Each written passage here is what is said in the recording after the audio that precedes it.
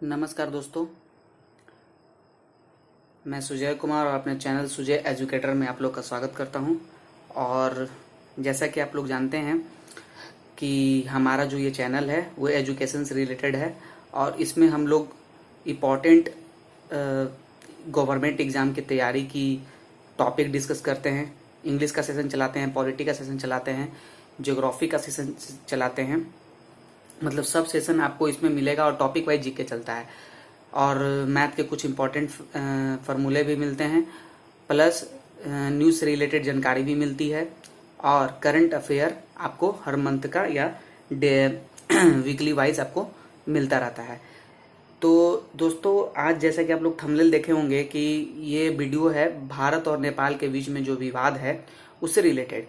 तो मैं आज आप लोगों को ये बताऊंगा कि भारत और नेपाल के बीच में युद्ध जैसा कारण या विवाद जो है वो किस कारण हो गया है। तो सबसे पहले तो मैं ये बताऊंगा कि जो भारत और नेपाल के बीच जो ये विवाद हुआ है वो सिर्फ एक ही वजह से हुआ है दोस्तों, वो है ज़मीन की बात। तो वो ज़मीन की बात क्या है, तो मैं मतलब आप इस वीडियो को बस देखते रहिए ताकि आप लोग को पूरा ये समझ में आ जाए कि भारत और नेपाल के बीच में जो ये विवाद चल रहा है वो किस कारण से चल रहा है और क्या वजह है। ठीक है, तो सबसे पहले तो मैं ये बता दूं कि ये किसके कारण हो रहा है। तो वो जो नेपाल के प्रधानमंत्री हैं केपी शर्मा ओली जी, उन्होंने अभी अपने संसद में ये बयान दिया है कि अगर भारत जो ये विवाद है मानसरोवर, कैलाश मानसरोवर की एक यात्रा होती है दोस्तों, जो हमारे भारत से नेपाल लोग यात्रा करने जाते हैं, तो उसमें एक पैथरागढ़ कर रास्ता का निर्माण किया गया था जो कि 2008 से ही निर्माण उसका चल रहा था। तो उसी के कारण विवाद पर ये बताया गया है और ये नेपाल के लिए ये कुछ नहीं है दोस्तों, ये सिर्फ और सिर्फ ये चीन की भड़काई हुई एक साजिश है जो नेपाल को भड़का रहा है पीछे से, क्योंकि चीन के पास तो बहुत पैसा है और पैसा के यहाँ बात हो जाता है दोस्तों। तो जिसके कारण नेपाल है वो भारत पर अपना कंजा कस रहा है। तो इससे रिलेटेड कि हम आपको आगे की बात और बताएं तो थोड़ा सा और उसके आगे हम बता देते हैं ताकि फिर आपको अच्छा से समझ आ सके। पहले मैं एक मोबाइल स्क्रीन पे फिर आपको ले चलूँगा ताकि पूरा आपको मैं डिटेल के साथ बता दूँ कि ये जो भारत और नेपाल के बीच में जो विवाद है वो किसके कारण विवाद है और क्यों है। तो सबसे इम्पोर्टेंट बात है कि दोस्तों, पहला पॉइंट तो ये है कि जो ये कैलाश मानसरोवर की जो ये बात है, यात्रा है, वहाँ मतलब कि दोस्तों ये पैथरागढ़ से रोड एक निर्माण किया गया है और उसके से ही हम लोग नेपाल की ओर जाते हैं। और लिपो लेक एक रोड है जिसको निर्माण में किया गया था और उस समय से 2008 से 2020 तक मतलब कि 2008 से ये निर्माण हो रहा था और यह बनकर अब जो तैयार भी हो गया है। तो दोस्तों इसके विवाद पर उस समय से यानी 12 साल हो चुका है दोस्तों, 2020 तक, तो अभी तक नेपाल ने कुछ उससे पहले कुछ अभी तक ऑब्जेक्शन नहीं लगाया। और लेकिन अब ऑब्जेक्शन लगा रहा है कि आप ये मेरा जो ये जो लिपो लेक जो रोड है, ये पुल है, ये मेरा इलाका में आता है, आप इसमें भारत सरकार कुछ नहीं कर सकती है।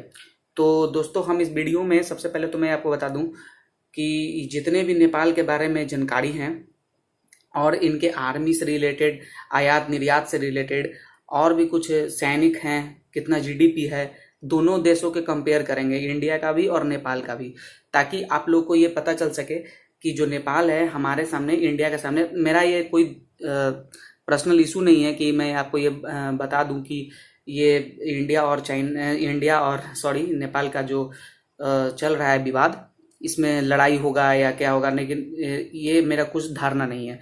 इसमें सिर्फ मैं ये बताना चाहता हूँ कि हम जो नेपाल में हम लोगों का बहुत अच्छा दोस्त है, हिंदुओं वाला देश है। तो दोस्तों, तो पहले चलिए आपको मैं ले चलता हूँ अपने मोबाइल स्क्रीन पर और पीडीएफ के द्वारा मैं आपको ये टोटल जानकारी बताऊंगा कि कैसे कैसे क्या क्या भारत और नेपाल के बीच हो रहा है। तो चलिए दोस्तों, वीडियो को स्टार्ट करते हैं और आपको अपने मोबाइल स्क्रीन पे ले चलते हैं।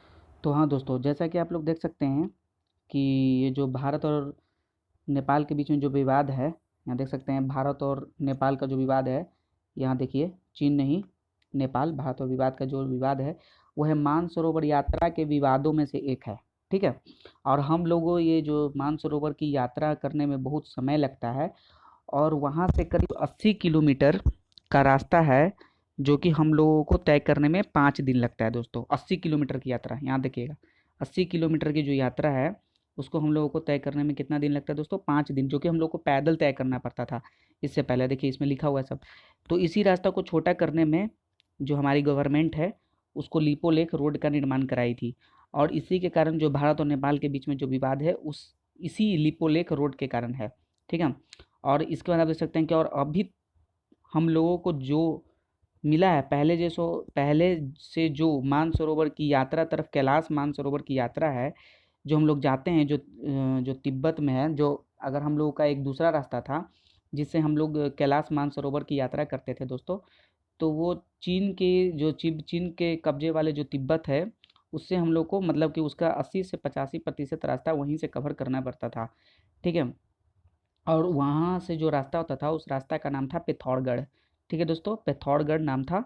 और उसके बाद था कि, और इसी का कारण है जो नेपाल भारत को चेतावनी दे रहा है बार बार, और ये बता रहा है कि अगर ऐसा हुआ तो हम ऐसा करेंगे, अगर ऐसा हुआ तो वैसा करेंगे।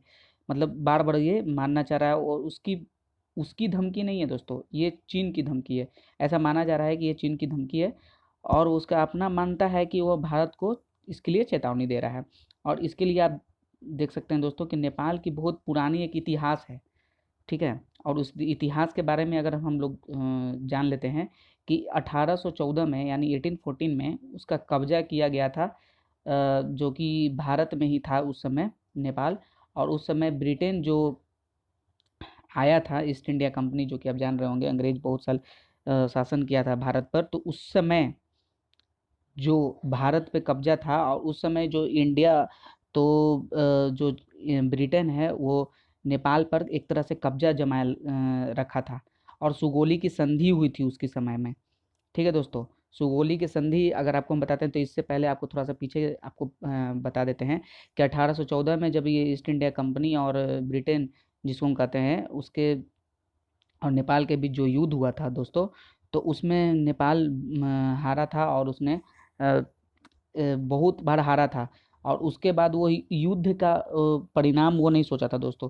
और उसके बाद फिर से एक बार और संधि हुआ था, मतलब कि वो उस युद्ध से नहीं संपर्क हुआ था, और बहुत सारा जमीन जो नेपाल का था वो ईस्ट इंडिया कंपनी ने, ब्रिटेन ने हथिया लिया था, और वो फिर से एक बार अटैक किया था और उसमें फिर हारा था। और उसके बाद हुई थी सुगोली की संधि, जो कि अभी बिहार के चंपारण जो कि जिला है उसमें ये सुगोली की संधि हुई थी उस समय। और ये एक बात जान लीजिए दोस्तों कि 1857 में, और बाद में 1857 में, जो कि जैसा कि आप लोग मालूम है कि 1857 में क्रांति हुई थी भारत में स्वतंत्रता के लिए। तो उस समय नेपाल ने अंग्रेजों का साथ दिया था, और उसके साथ मिलकर, सोल्जर के साथ मिलकर 1858 में जो नेपाल की सेना है और ब्रिटेन की सेना, वो दोनों 1858 में लखनऊ तक पहुंच गई थी युद्ध के दौरान। और इससे खुश होकर अंग्रेजों ने बहुत सारी उसको गिफ्ट दिया था, जैसा कि उसको ज़मीन दे दिया था। जनकपुर जैसी एक जगह है जहाँ पर आप लोग को मालूम है कि सीता जी का जन्म हुआ था, तो वो उसको दे दिया गया था। ऐसा कोई सबसे पहले, ऐसे पहले कुछ विवाद नहीं था भारत और नेपाल में, यानी कि नेपाल से कोई विवाद नहीं था। अभी हाल ही में 2018 में मोदी जी वहाँ पर गए थे नेपाल में, जैसा कि आप लोग को मालूम होगा। तो दोस्तों ऐसा कोई हम लोगों को मैं जो है वो नेपाल से कोई विवाद है नहीं दोस्तों। तो लेकिन फिर भी हम लोगों को ये चेतावनी दिए जा रहा है नेपाल वालों ने। तो और ये सब करते जा रहा है किसके कहने पर? चाइना के कहने पर दोस्तों।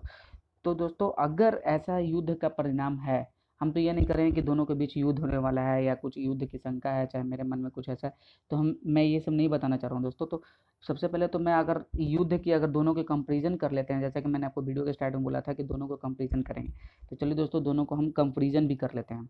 तो दोनों का अगर कंपेरिजन करते हैं तो भारत और नेपाल के बीच में कोई कंपटीशन है ही नहीं। सबसे पहला बात है कि भारत जो है वो सेना का चौथा नंबर है पूरा दुनिया में।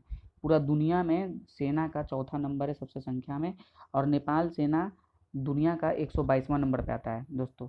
ठीक है, क्योंकि नेपाल बहुत छोटा देश है, और भारत के पास कम से कम 14.5 लाख सैनिक हैं। कितना है दोस्तों? 14.5 लाख सैनिक है भारत के पास, और नेपाल के पास सिर्फ 95,000। सिर्फ कितना है 95,000। भारत की जीडीपी 2 लाख करोड़ है, 200 लाख करोड़, सॉरी 200 लाख करोड़ है। और नेपाल की जीडीपी 2 लाख करोड़ है। कितना दोस्तों? 2 लाख करोड़ है, ठीक है। और भारत को नेपाल का जो भारत है जो नेपाल को निर्यात करता है वो कितना करता है? 54,300 करोड़। और नेपाल भारत को 3558 करोड़ करता है दोस्तों। तो ये दोनों में कंपेरिजन नहीं है, नेपाल बहुत छोटा ही देश है, ठीक है। और सबसे इम्पोर्टेंट बात यहाँ ये है दोस्तों कि भारत में 20 से 25 लाख लोग नेपाली रहते हैं। भारत में 25 लाख लोग, जो कि उसमें से 10 लाख मजदूर, 10 लाख जो उसमें से जो नेपाली जो हैं लोग वो मजदूर हैं और यहाँ पर जीवन बसर करते हैं, ठीक है। तो आपको हम भारत और नेपाल, हाँ तो दोस्तों जैसे कि मैंने आपको बताया भारत और नेपाल के बारे में टोटल जानकारी, और क्यों विवाद था, क्यों किस चीज़ के लिए विवाद चल रहा था, और दोनों में कंपैरिजन करके भी बताया।